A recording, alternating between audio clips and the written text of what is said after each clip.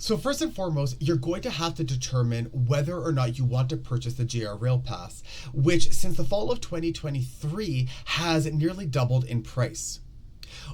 Whether or not you purchase the JR Rail Pass is going to determine a lot about how you make your way around the city, and very likely is going to influence where it is that you choose to stay.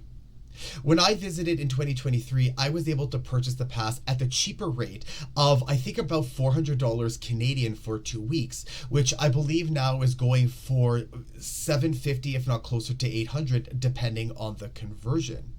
For me, it made sense to buy the pass because I was doing a lot of traveling around the Japanese main island. So I was making my way out to Lake Kawaguchiko, to Kawagoe, Kyoto, Osaka, Hiroshima. I was using the Narita Express trains. And of course, in Osaka and in Tokyo, you have access to the JR Rail system as well. And since I was spending more than a week combined in both cities, it just made sense at that price point.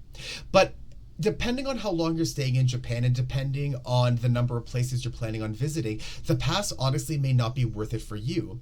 It may be better suited for you if you're going to Tokyo, again, depending on the stay, to use the Tokyo Metro system, maybe buy, a daily or a weekly pass on the Tokyo Metro system instead of buying the full Japanese Rail Pass. If you are planning on purchasing the Japanese Rail Pass, feel free to check out my dedicated video on the Japanese Rail Pass, as well as my step-by-step tutorial on how to reserve your seat or book a ticket on the Japanese Rail system at a machine once you are in Japan. Narita Airport is actually quite far from Tokyo, but luckily there are a number of transportation options for you to take to get to Tokyo, including the Narita Express, which is probably the easiest, although not the cheapest option to take. The train comes about once an hour and stops at a few destinations, including Shinjuku and the Tokyo Central Station, which then allows you to hop onto the metro or the JR Rail line to, of course, walk or catch a bus to your hotel afterward. You can catch the Narita Express as well as other trains from the lower level of the Narita Airport. All you have to do is follow the signs or just ask for help. The Narita Express is covered by the Japanese Rail Pass, so if you want to use the pass, all you'll have to do is convert your pre-purchase coupon at the JR Rail counter first when you arrive in Narita. But just a quick note here, be sure that you're mindful of the amount of days that you're staying in Japan, so that you're not converting your coupon into the Japanese Rail Pass too early and then missing out on using it later on if you're going to need it later on. So for instance, I was in Japan, for 2 weeks, but I was actually there technically for 15 days. And so I decided not to convert my coupon at the airport. I waited a day or so afterward so that I didn't end up using it for the Narita Express, only to then have the pass run out on the very last day of travel, which is when I needed it the most, because that was the day that I was traveling from Osaka all the way back to Tokyo and to Narita Airport. So I opted to pay the 3,000 yen at the time, which I think came out to around $28 Canadian last September, and paid for that cash, that trip cash to get into Tokyo, and then waited a day to ensure that the 2 weeks that I was covered by the pass included, the very last day, because that would have been a very expensive mistake to make. So just make sure that you're calculating the optimal amount of time that you will need to exercise the best value of the JR Rail Pass. Whether you're purchasing a single ticket or reserving a spot using the JR Rail Pass, you'll have to use one of the many machines available to you on the lower level. There are other options to get into Tokyo, including the Kaisai Main Line and the Kaisai Skyliner, which the Kaisai Main Line in particular is significantly cheaper. I believe it's around 1,000 yen. However, it does take twice as long as the Narita Express.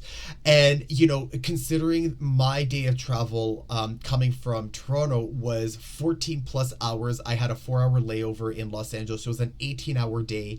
I flew in time, by several hours. By the time I arrived, it was around 8 p.m. I was going to get into the city and then in my hotel at closer to 10. I just wanted to get there as quickly as possible, and I was happy to pay any amount of money, that it costs. And so it depends again on where you're traveling from. If you're willing to spend 2 hours versus 1 hour, I leave that up to you. But I will say that the Narita Express was quiet. It was cleaned. It was nicely, air conditioned. I was very happy with my train ride, and I was happy with, the services that I purchased at the price point that I did. And I would recommend that you use it as well. It's just simple and easy and gets you to all of the main stations that you need in order to continue your journey to your hotel afterward. I'm honestly embarrassed to admit that it took me a while to figure out the difference between the Japanese rail line and system versus the Tokyo subway or metro system. Because when you look on a map or even on Google Maps, all of these lines just kind of mash in together. And when you tap on a station, lines start appearing and I'm like, is this the line? But where am I going? And it looks like it's different. I was very, very, very confused. And I want to sort of clarify here the difference for you, because not only is there a difference between the Japanese rail system and the Tokyo subway system, but there's also the metropolitan system that is run by the government, as well as separate private lines that are privately owned and operated, which are different and are not covered by any passes, and also come with a different cost. So very simply put, the difference between the JR rail system and the Tokyo metropolitan subway system is that the JR rail system is above ground and the Tokyo metropolitan subway system is, generally speaking, below ground. That's basically it. On Google Maps, the JR rail line and system will be marked with dark and light striped gray patterns, whereas the subway system will be a solid line marked with a letter A, B. One of the private lines is U that operates on Odaiba Island. The JR rail line and stations will be marked with a white and green little sign that says JR, versus the Tokyo Metropolitan Subway system and line and station that is marked with a little blue and white M, but that actually looks more like a butterfly. And voila! Now you know the difference. I wish one of the 10 people or so that I spoke to about traveling in Japan, especially the ones that live there, explained this very simple thing to me, because honestly, I struggle to understand how to navigate this system without someone differentiating these various lines to me before I got there. So that's what I'm here to do. I'm here to help and clarify so that you don't end up, wandering around trying to figure out how on earth you get back to your hotel. One thing I do want to clarify is that some stations service only the JR rail system and some stations service only the Tokyo metropolitan system or metro system, and some service both. So Kanda, for example, services both the JR rail line as well as the metro line too. JR rail stations tend to be easier to spot because the system is above ground. So if you're ever lost, take a look around. If you see an above rail line, follow it and you'll end up at a station eventually, versus the metro system, which is, because it is largely, underground, sometimes the entrances can be a bit difficult to spot. They can be stairs, descending into, the subway system from the street, or they could be a small or even large doorway. Sometimes the larger ones are even more difficult to find because they look like they're an entrance into, a big office tower when it's actually, taking you into the subway system. So just sort of be mindful of that again, if you are ever lost, just look for the JR rail line and eventually you'll find a station. You'll be able to make your way home. Okay, So now that you know the difference between the two systems, getting around Tokyo is actually pretty easy. The benefit of the Japanese Rail Pass is that it gives you unlimited access on the Japanese rail system line, which, although it's not as comprehensive as the Tokyo metro or subway system, it gets you to every single neighborhood and it gets you pretty much to every single tourist attraction that you'll want to see. And if it doesn't, it brings you within walking distance, or it'll connect you to the subway system for an easy transfer over to wherever it is that you want to go. Best of all, if you have the Japanese Rail Pass, is unlimited access to the JR Rail system's bathrooms, which for me was worth every penny that I paid for the rail alone. Not having to constantly rush to find a bathroom, not having to worry about where you're going to use the facilities in case of an emergency, or just if you need to use the lavatories for, I was there when it was, like I said, 30 to 35 degrees. I was drinking a lot of water. I needed to use the bathrooms pretty frequently. And although Japan generally is pretty friendly with its bathroom system, you can walk into almost any department store.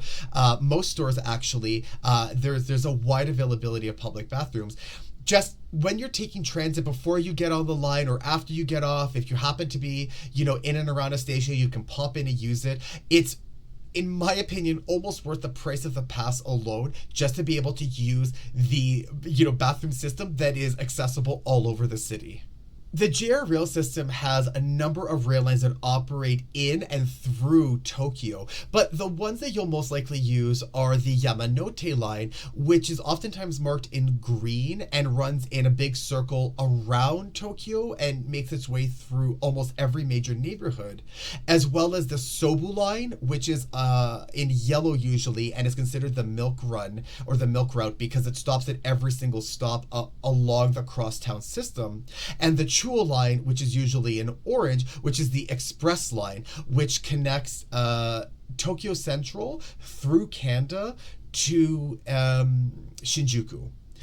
That's one of the reasons why I actually stayed in Kanda, was because the Chuo line diverts downward into Kanda and Tokyo Central versus the Sobu line, which doesn't go to Kanda or Tokyo Central and continues going eastward and westward, of course, through the city. Again, there are a multitude of ways to get around Tokyo. It doesn't even have to be the Japanese rail system. Most of the times, I opted to walk. I use my legs more than anything else. But there are also, buses to choose from. There's an extensive bus route. When I went to Odaiba, which I'll talk about in another video, I opted to take the Rainbow Bus, which is a bus that you can take from, I believe, Shinagawa, and it takes you across the Rainbow Bridge and drops you off in Odaiba. And again, there are the private metro lines as well. One of them which operates, the U line, which operates in Odaiba. There are Ubers, there are taxis, there are a number of options available to you. And it goes without saying, you don't need the Japanese Rail Pass in order to purchase a pass for a day or a week on the Japanese rail system. And in fact, I would recommend that regardless of whether you get the Japanese Rail Pass or not, that you stick to the Japanese rail system because it's easy, it's accessible, it's pretty affordable, and again, it allows you to avoid some of the complexities that come with using the comprehensive metropolitan system as well.